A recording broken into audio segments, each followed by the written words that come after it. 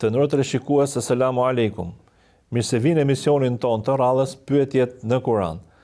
Atëherë si gjithmonë bashkë me ne në studio është hoxha i nderuar Ahmet Kalaja. Hoxha i nderuar, mirë se erdhët. Mirë se gjetëm. Atëherë sot do të kemi një tjetër ajet ose më saktë një tjetër pyetje interesante që referohet vlerës së diturisë në Kur'an. Në surën Zumar, ajeti 9 Zoti thot: "A mund të krahasohen ata që dinë me ata që nuk dinë?"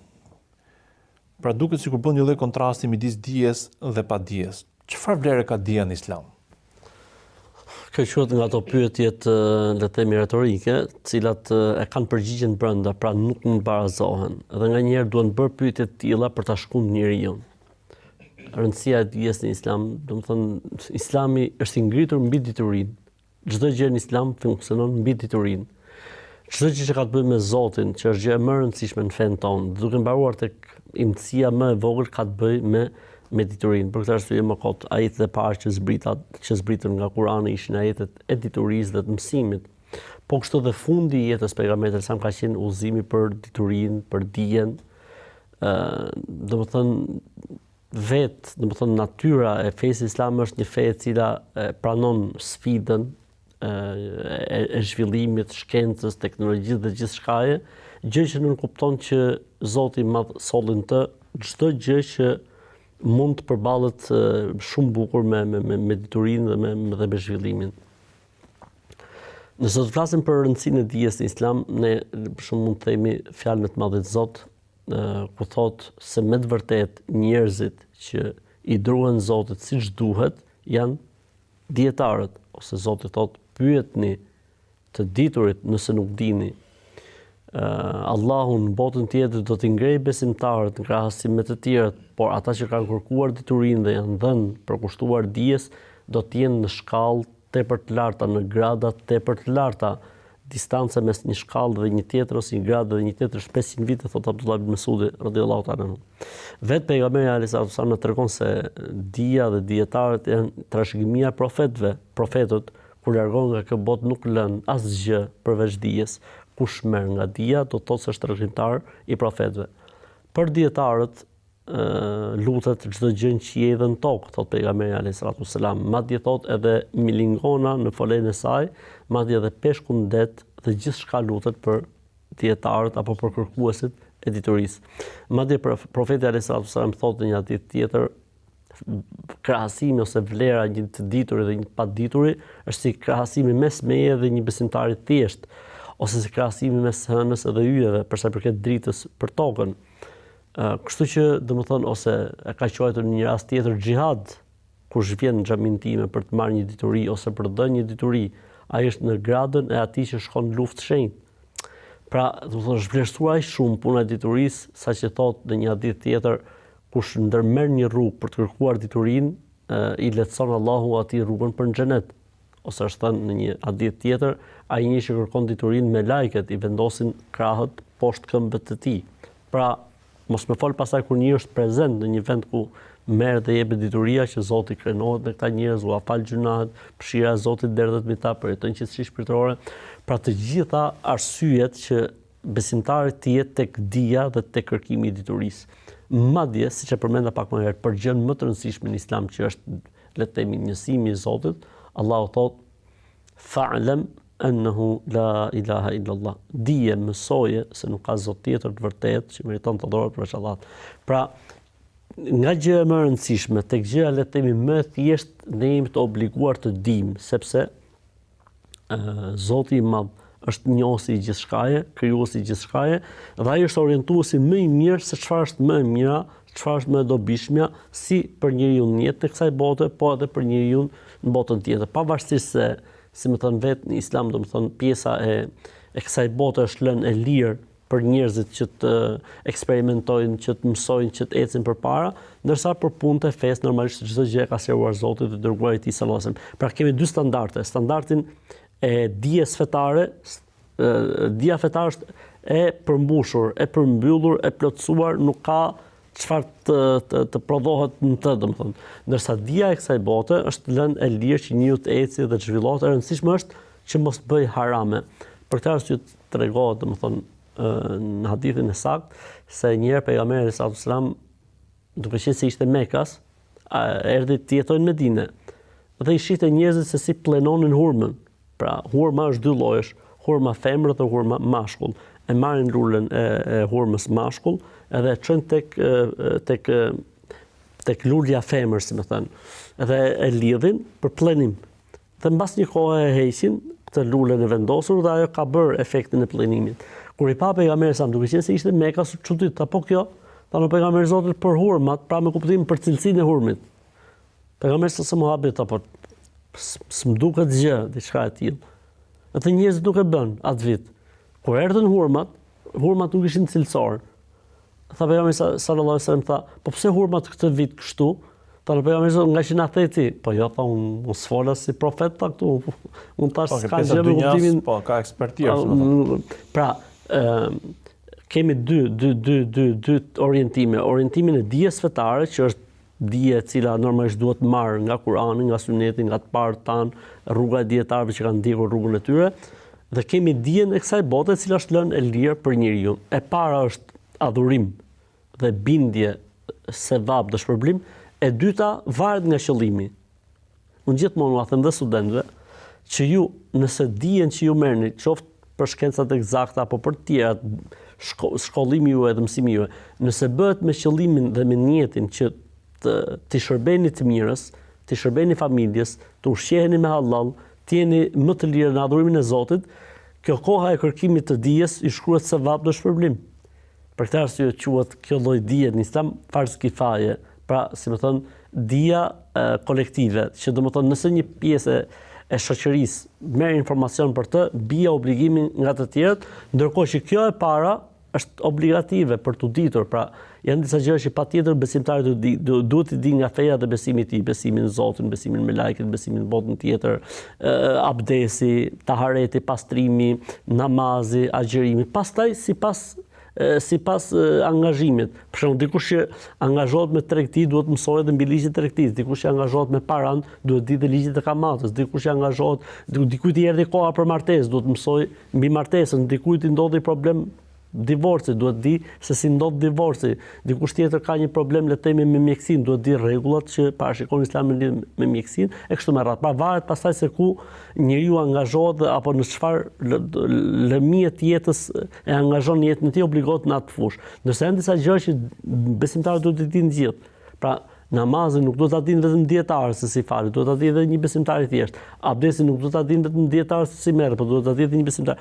Po një dietar mund di format e ndryshme, mund di diskutimin a është vajxhib, a është sunet, a bën, as bën, mund të di detajet, mirë po në fund fare adhurimi duhet bërë si ky dhe ky, pra normat le të themi, normat më kryesore, më të nevojshme duhet nditur nga dyja palët. Pra e rëndësishme që mos të hallakatem, të futemi tek pyetja e radhës.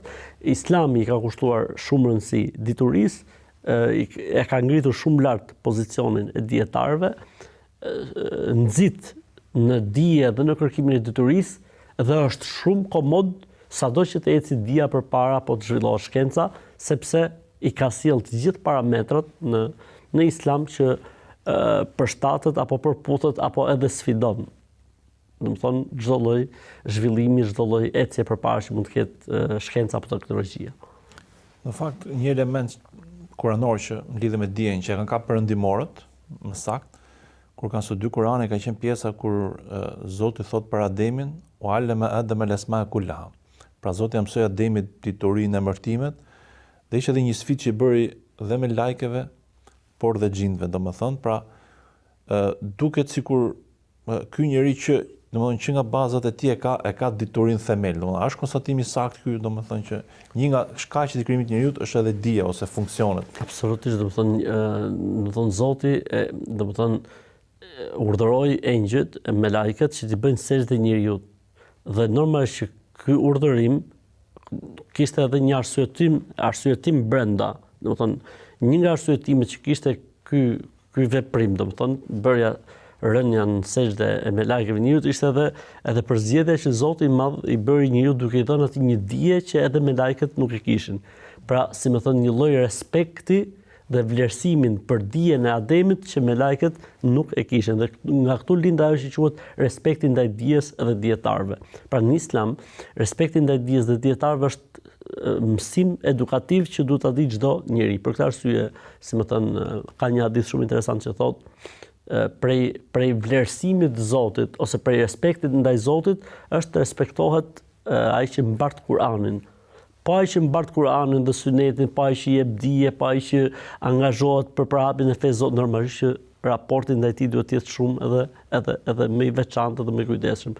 Më kujton një moment në mes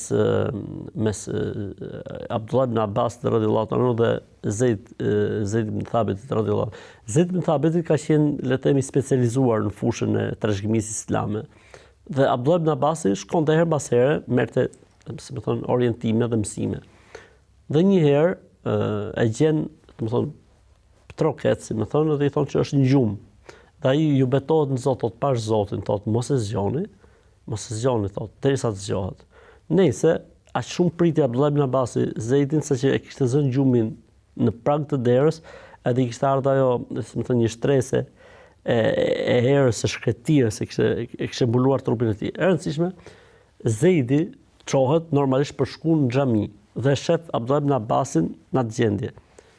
U prek, normalisht sepse Abdullah ibn Abbasi ishte gjaku i Profetit sallallahu alajhi wasallam, familja e Profetit sallallahu alajhi wasallam, u prek Zeidi. Edhe kur e pa Abdullah ibn Abbasi se Zeidi u prek, i tha, jo vllai, tha, do të thonë, jo, tha, mos u prek, tha. Jo, tha, ti je gjaku i Profetit, ndërsa unë, tha, po të them, ne kështu jemi urdhëruar të cillim me dietarët në mesin tonë. Pra ka pas një vlerësim shumë të madh, domethënë ka pas një respekt shumë të madh, sepse duke respektuar dietarin ti nuk respekton faktikisht njeriu, individin, po faktikisht ti duke vlerësuar dijen që ai mbart, domethënë.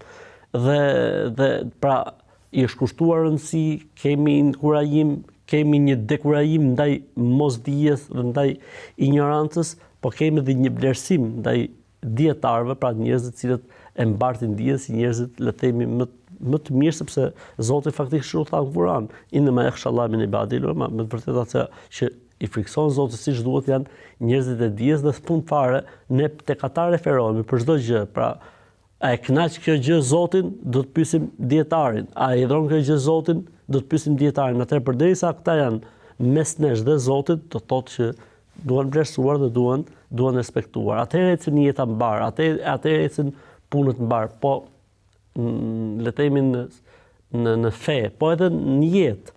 Pra në momentin që mësuesi nuk respektohet, mësuesi nuk vlerësohet, mësuesi injorohet, mësuesi, është, nga momenti në moment i kërcënuar se mund të, le të themi, mund t'i bëhet një padije rrem ose mund t'i bëhet një filmim apo diçka, çfarë mund të pritet prej këtij mësuesi dhe si mund të edukojë ky mësues edhe çfarë brezi po rritet. Një brez i cili nuk e vlerëson mësuesin ashtu siç duhet. Në Islam, pra jo vetëm nxitet dhe inkurajohet dija dhe kërkimi i diturisë etj, por Islami na edukon edhe me edukatën ndaj njeriu ditur, respektin e tij, vlerësimin e tij, qëndrimin pranë tij në rast halli apo nevoje, domethënë në mënyrë që ta lejmë atë sa më të lirë për të shprehur atë që i ka fal Allahu, pa atë detyri që i ka falë i Madhi Zot. Në fakt, një nga thirrësit sot PMZ, Shena Bulsi, bën një konstatim interesant, dhe thotë që për shembull pushtetin Zoti e ka dhënë Faraonit, po e ka dhënë Sulejmanit, po ja dha dhe Jusufit, pasurinë ja dha dhe Karunit, po ja dha dhe dikujt tjetër. Pra ai thotë që pushteti dhe pasuria nuk kanë vlerë ke Zoti, ama njerëzve dashur ai ju dha urtësinë. Pra, ju dha diturinë. Dhe ne pikërisht në shoqërinë tonë jetojmë në një kohë që rinia, si thosh, është eklipsuar apo e ka sformuar diturinë, tenton të merret me mjetet e bukura, me bukurinë e kësaj bote. Pra, a mund të na thoni disa histori tjera frymëzuese për rinin që të merren me dituri, pra, që të ketë impakt ke ato, siç ishte edhe rasti që sapo përmendet, që shumë histori e bukur. Domethënë ne kemi raste shumë nga profeti alayhis salam, po. Kemi raste shumë interesante, numërisht që profeti alayhis salam e kishte nga Zoti i gjithësisë, po fund fare dhe po ta shohësh ka vuajtur pejgamberi alayhis salam në marrjen e diturisë, po edhe në dhënien e saj. Ose kemi rastin e Musait a.s. I cili duhet të udhëtonte për një rrugë shumë gjatë e tjerë, që të merrte diturinë. Pra dituria nuk është... është... Po Buhariu ka udhëtuar, nuk e di shumë vite, 15 vjet më duket. Absolutisht. Do të thonë dietarët e mëdhenj, dietarët e hershëm kanë pasur udhëtuar sepse kështu ka qenë metoda e marrjes së diturisë. Pra shkonte tek një dietar, çfarë kishte ai dije e mbaronte, pastaj shkonte tek një tjetër dhe kështu udhëtonin.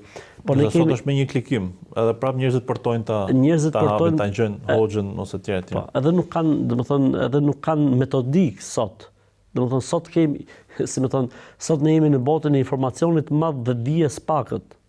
Pra njerëzit sot kanë mundësi të kenë një informacion goxha të madh, mirë, por kur vjen puna për të bërë, le të themi, për të dhënë mendim, për të bërë analizë nuk a bën dot, sepse s'ka dije, pra s'ka thelb. Ka vetëm jo, nuk është marr dia me baza, pra domethënë nuk mund të jetë dia mësim përmendesh apo lexim librash. Pra si çdo shkencë tjetër, shumë e thjeshtë fare, dikush nuk mund bëhet mjek vetëm se lexon libra, po duhet di se çfarë librash dhe kë libra duhet lexoj dhe duhet të jetë patjetër në kontakt me mjekut ose mjekët në mënyrë që të marrë prej eksperiencës. E njëjta gjë funksionon edhe këtu. Pra, nëse njeriu do të jetë i ditur, okay, duhet lexoj, po duhet di se çfarë duhet lexoj dhe duhet ketë një, le të themi, një mentor i cili, pra një mësues, një drejtues i cili e orienton se çfarë duhet të lexoj derisa të arrijë vetë pastaj të ketë aftësi. Ne për shembull gjejmë historinë tez me që pyete për historitë. Për shembull kemi thotë në historinë islame gjejmë 2-3 raste se si njerëzit kanë udhëtuar vetëm për një hadith. Ai ka marrë vesh se X hadith ekziston në Sham, ka udhëtuar nga Medinja në Sham. Te kur ka shkuar tek ai sahabiu, në përshëndet, ka thënë o vllai, ka thënë, un kam marrë vesh se ti ke një hadith nga pejgamberi alayhis salam. Thot po, ja jep hadithin. Thot vllai, thot ulu, ha dhe ktheu thot ja. Un kam marrë thot vetëm për të marrë këtë hadith. Edhe nuk duhet të prish njetin, si më thënë, nuk dua që qëllimin që kam ta përzi me diçka tjetër, edhe u largua, domethënë. Ose kemi rastin për shembull të Imam Shafiut, kur shkon për të marrë dije tek Imam Maliku, është histori e njohur. Imam Maliku le të themi ka qenë pak i sert, domethënë si më thonë i provonte këta fëmijët kur i vishin, dhe ndër këta fëmijë që i vinin ishte edhe Imam Shafiu, i cili asa kohë ishte i vogël, domethënë. Nëna Imam Shafiut rriti Imam Shafiun si jetim. Mirë po kishte, si më thonë, ca dinar që i kishte ruajtur vetëm për këtë punë. Dhe e çon në Medinë për të marrë dije tek Malik ibn Anas, pra tek dietari i madh i Medinës, imami, një nga 4 imamët e mëdhenj të Medinës. Kur shkon, domethënë Imam Maliku nuk i dha asnjë hadith, sepse e pa të vogël edhe ju duk si pa pjekur, si çamarok. Mirë po Imam Shafiu ishte kureshit dhe ishte shumë i pjekur pavarësisht se dukej kështu, si fëmijë i vogël. Kur mbaroi dhe nuk i dha hadith, i kërkoi, tha më trego disa hadithe. I tha Imam Maliku, tha herë tjetër, jo, tha unë kam marrë për këtë punë. Të mirë po hera parë që dikush fliste përpara Imam Malikut, ta llogaritë burri i madh dhe një fëmijë i vogël që i flet, thotë unë kam marrë për këtë punë. I thotë kush je ti, thotë që flet në këtë gjuhë, thotë se unë të godas me thupër. I thotë Imam Maliku. I thotë sa thupra e ke një hadith. I thotë ai, i thotë një shifër, një thupër për hadith, thotë okay, thotë më gjuaj edhe më jep hadithet. I thotë kush je ti? Thotë jam Muhammed ibn Idris. Nga ke ardhur, thotë kam marrë nga Mekja, 450 kilometra. Thotë si është historia jote, thotë nëna ime kështu. Edhe qysh nga ajo kohë ai erdhi, domethënë filloi të ishte i rregullt në mezhlisin e Imam Malikut, derisa u bë Imam Shafiu, domethënë Imam Shafiu, pra Malik ibn Anas, Imam Shafiu. Pra domethënë u ngrit ai ndje, po kemi domethënë me dhjetra, me qindra dhe me mijë raste se si domethënë në Islam domethënë njerëzit janë përkushtuar diturisë që fëmijë. Pra imagjinohu kur rritën, po edhe fëmijë kanë përkushtuar. Faktikisht atëherë fillon, domethënë sepse atëherë është nxënia dhe atëherë është edhe edukimi. Për shembull thotë në historinë e Imam Ahmed ibn Hanbelit, thotë e mëshiroft, thotë prezantonin në mezhlisin e tij thot 5.000 njerëz. Thot 500 shkruanin, 500 vinin vetëm për ta parë, për të marrë hijen dhe atë vezëllimin e edukatës së tij, domethënë. Historitë janë të shumta, historitë për shembull, le të themi, domethënë kemi autor në Islam, për shembull, siç është rasti Imam Taberiut, për shembull, kur e ka bërë librin e tij Tefsirit për herë të parë, kur kam komentuar, për shembull, kur ka bërë librin e tij Tefsirit për herë të parë, e ka bërë me 300 vëllime. E kanë thënë nxënësit, o hoxh, o profesor, si më thënë, s'ka njëri që mund të lexojë libër Tefsirit 300 vëllime. Dhe pastaj e ka çuar në 30, që është sot libri i tij Tefsirit. Rast tjetër, rastet janë shumëta. Për shembull kemi librin e Ibnul Qayyim, Zadul Ma'ad. Historia e Zadul Ma'ad, di si është? Historia e Zadul Ma'ad është e ka shkruar duke shkuar në haxh. Mbi deve. Gjithçka memorie, pra, çdo referencë që ke aty, Imam Buhariu që përmendet ti për shembull, i shkonte çdo transmetuese dhe sigurohej dhe përpara se me shkruaj çdo hadith falte 2 rekat namaz në Rauda. Pra aty ku është një kopshte e xhenetit. Në xhamin e pejgamberit alayhis salam. Për 15 vjet. Pra mbasi i plotësonte të gjitha kushtet dhe kriteret, i falte edhe 2 rekat pastaj e shkruante. Domethënë institucion vete dhe domethënë me parametrat tona e pa imagjinueshme, domethënë e habituar. Kemi për shembull rastin e Sheikh Sam Temis, librin e tij për ajetet që duket sikur janë konfliktuale, ka shkruar në Burg. Kur ka qenë në Burg, gjithmonë flitet nga memoria e tij. Pra kemi raste nga më të habitshme, kemi raste nga më të çuditshme, domethënë se si, domethënë ka regjistruar thot në moshën 10 vjeçare. Për rasti Ibn Taymijes për shembull, thot në moshën 10 vjeçare u hap nami për këtë dialogshin. Dhe rrethojnë le të themi dietarët asaj kohe dhe i bën disa pyetje provokative mbi memorien e tij mbi kështu. Dhe i përmend të gjitha fiks, domethënë. Kemi rastin e Imam Buhariut. Ai që është i vogël i doli nami për hadithin. I mblidhen, domethënë le të themi 10 dietarë të hadithit, e vejnë mes, edhe i thonë, do të themi gjithsecili nga ne nga 10 hadithe me zinxhirët e transmetimit deri tek profeti alayhis salam. Nëse i mban mend dhe na i thua në moment dhe korrigjon atë që ne po ta themi gabim qëllimisht, do të vlerësojmë. I dëgjoj të 10 dhe u përsëriti të gjithëve dhe u korrigjoi, si më thënë ato gabime që ata bën ton zinxhir ose në tekst hadithi. Zinxhir transmetimin. Pra njerëz të lindur, njerëz të lindur zgjedhur nga Zoti. Po, normalisht, por edhe domethënë edhe të përkushtuar. Unë mendoj që domethënë sekreti i diturisë është përkushtimi. Ka nevojë për përkushtim, për qëllim të pastër dhe për përkushtim. Pra nuk vjen kollaj. Domethënë duhet që njeriu ta ushtrojë derisa të lehtësohet. Domethënë ka njerëz që subhanallahu Zoti u lehtëson, u bjerë mbarë dhe mirë dhe ecin shumë përpara, dhe ka të tjerë cilët ndoshta nuk janë shumë të dhënë mbasaj, po prapë Zoti ju jep kuptimin. Pra ka njerëz që ndoshta tek njohuria mbi argumentet nuk është se kanë një informacion shumë të thelluar, mirë po kanë kuptimin. Pra ai di se si duhet të ecur, pavarësisht se nuk është shumë i thelluar në argumenta. Në argumentim, po. Dhe ka të tjerë që i kanë mbledhur të dyja, le të themi edhe argumentat dhe memorizimin, edhe le të themi efektin ose mënyrën se si duhet analizuar gjëja. Kështu që Zoti i ka ndarë punët, po Zoti ka nxitur që ne të jemi tek dia dhe kërkimi i diturisë, sepse çka ka nda Zoti është punë e Zotit. Mirë, por ne duhet bëjmë sebepet. Pra, e zëm se dikush u mor me diturinë, tentoi, po nuk ja arriti. Shpërblimin Zoti ja jep. Ja jep njësoj. Sepse Allahu e jep shpërblimin sipas qëllimit. Nuk bën padrejtësi. E rëndësishme është që ne duhet të krijojmë ambiente, duhet të krijojmë kushte që dituria të jepet, të merret, të njerëzit të merren me diturinë, ta marrin, ta japin, ta lexojnë, të lexojnë libra, të mbahen ligjata vazhdimisht, domethënë një këshill edhe për mua, për veten time, por edhe për kolegët, që duhet ta mbajmë gjallë, xhamiat mbahen gjallë nëpërmjet dijes dhe diturisë, edhe nëse ndonjëherë mund të ketë përsëritje. Me të vërtetë neve na duket ndonjëherë vetja sikur përsërisim veten, mirë po mos harrojmë se gjithmonë ka të rinj në xhami. Dhe ai riu nuk e di që ti këtë meselen abdesit mund ta kesh përmend deri më sot 70 herë. Ai do sot abdesi se si merret. Apo te mumja apo kur ka i problem namazën kështu me radhë. Çështjen islame.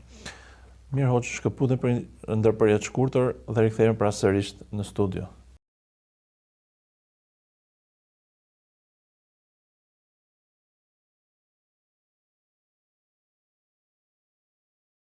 Të notër e shikues, ja pra kur rikthehemi sërish në studio.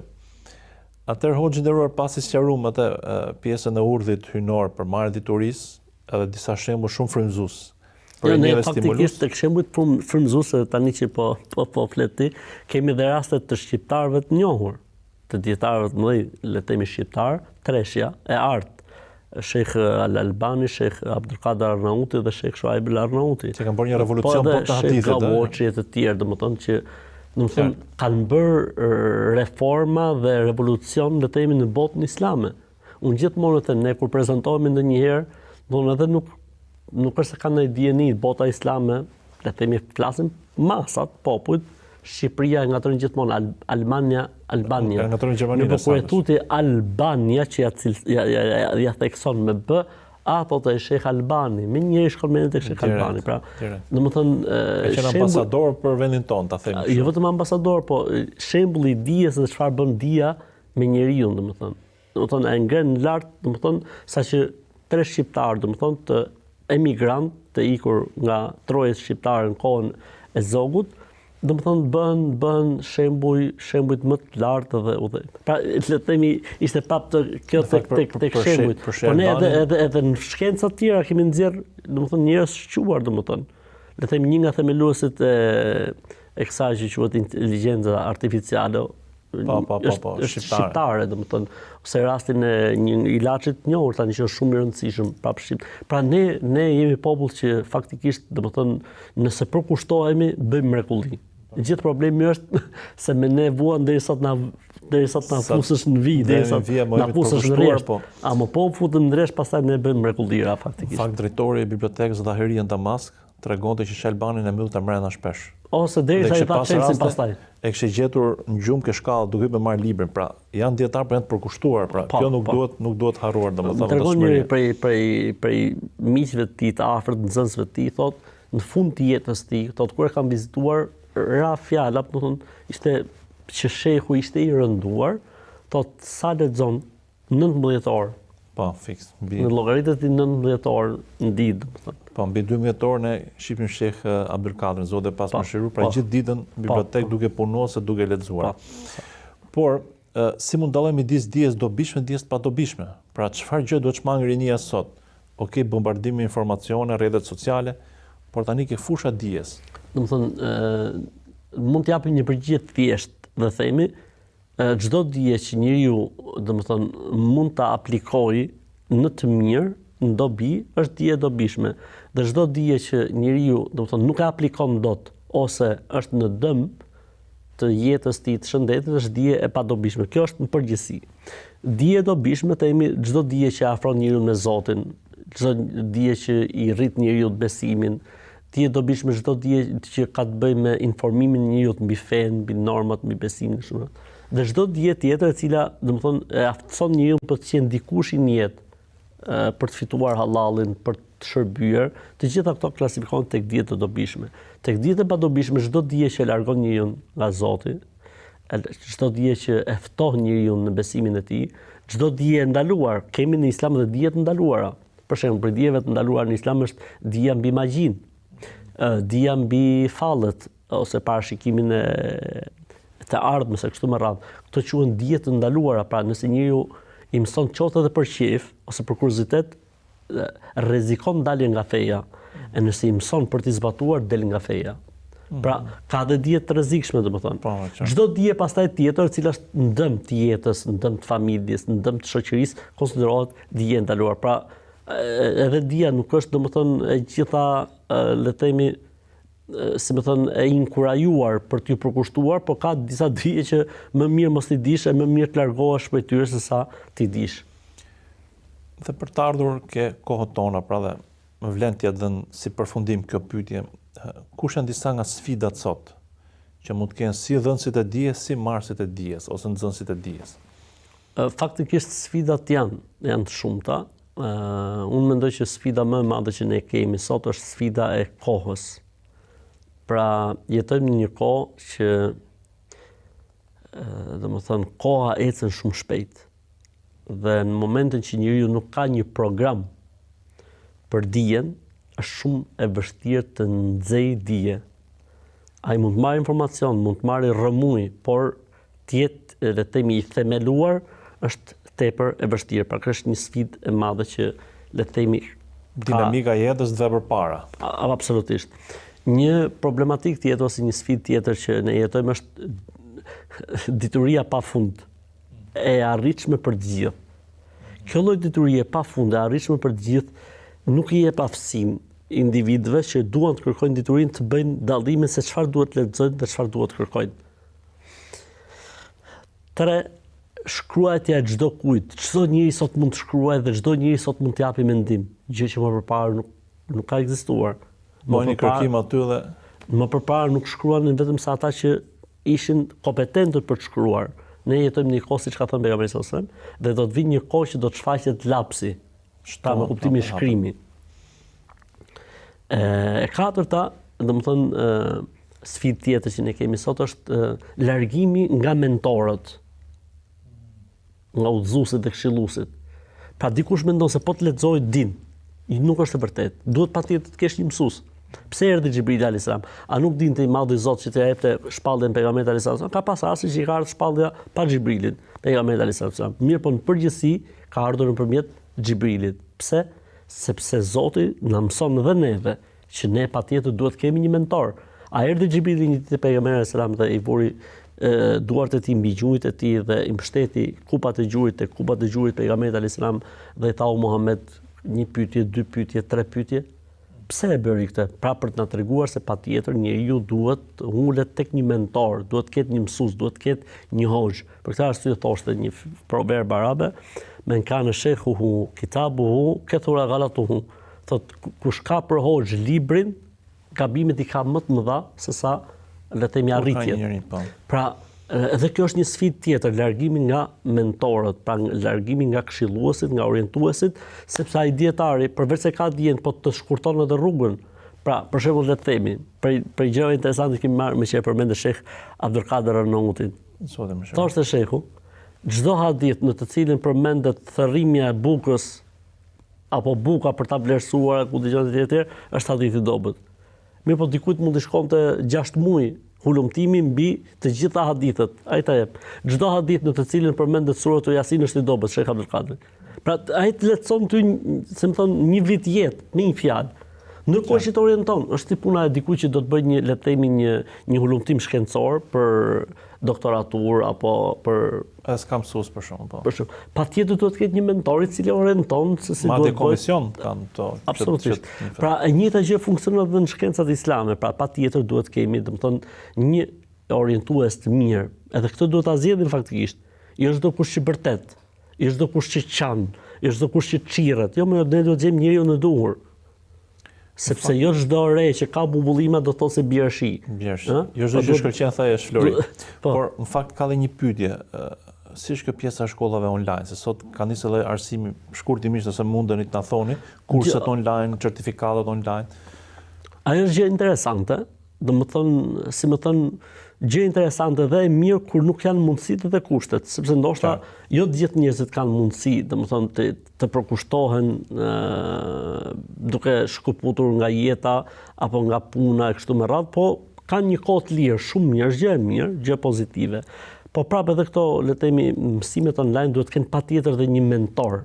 Pra që personi që vetëm mëson edhe jep provim, po duhet të ketë patjetër dhe një komunikim. Unë jam për këtë, domethënë jam partizan i kësaj që patjetër duhet të ketë komunikim, patjetër duhet të ketë një mentor, një orientues, edhe tek këto, edhe tek online-et, domethënë duhet të jetë dikush që ty të orienton. Pra jo çdo kush që akademia ose shkolla ose ku e diun emra instituti etj, ndërkohë që kush është ai i cili e menaxhon, Si vlerëson aftësitë që ke marrë, që ke cili është referuesi, ai cili rekomandon, po edhe mënyra se si le të themi bëhet pastaj kanalizimi i informacionit të marrë dhe vlerësimi i studentit etj etj. Pra, asgjë se lumb pra pjesën tradicionale të marrjes dijes, metodologjinë. Pjesën tradicionale dhe klasike të diturisë, të marrjes diturisë nuk ka gjë që mund ta shpërbëj ose mund ta zhvlerësoj. Pra berriqetin. Pra edhe është njësoj sikur thua ti sot për shembull dëgjoj, po sikur mos ketë shkolla fare dhe a mund të ketë mësim fillore 9 vjeçare dhe të mesme dhe bachelor online? Pse nuk bëhen online? Po kjo është ajo që ndoshta në një të ardhmen diçka tjetër, po për momentin kjo është ajo që po ecën dhe ka sukses. Në fakt kohën e Covidit njerëzit dëshmuan që nuk mësuan. Pra që ishin studentë dhe nuk patën shumë rezultat, domethënë, ata që mësuan online. Kështu që mbetet gjithmonë shkolla vjetër, ta themi kështu thojë. Mirë Hoxha, ju falenderoj që ishit sot studio me ne. Padyshim që u përpoqëm ta mbledhim sa më shumë temë diturisë sepse është një temë që nuk shteron. E gjerë dhe gjatë. Dhe gjithashtu pra falenderoj edhe teleshikuesit për vëmendjen që na kushtuan.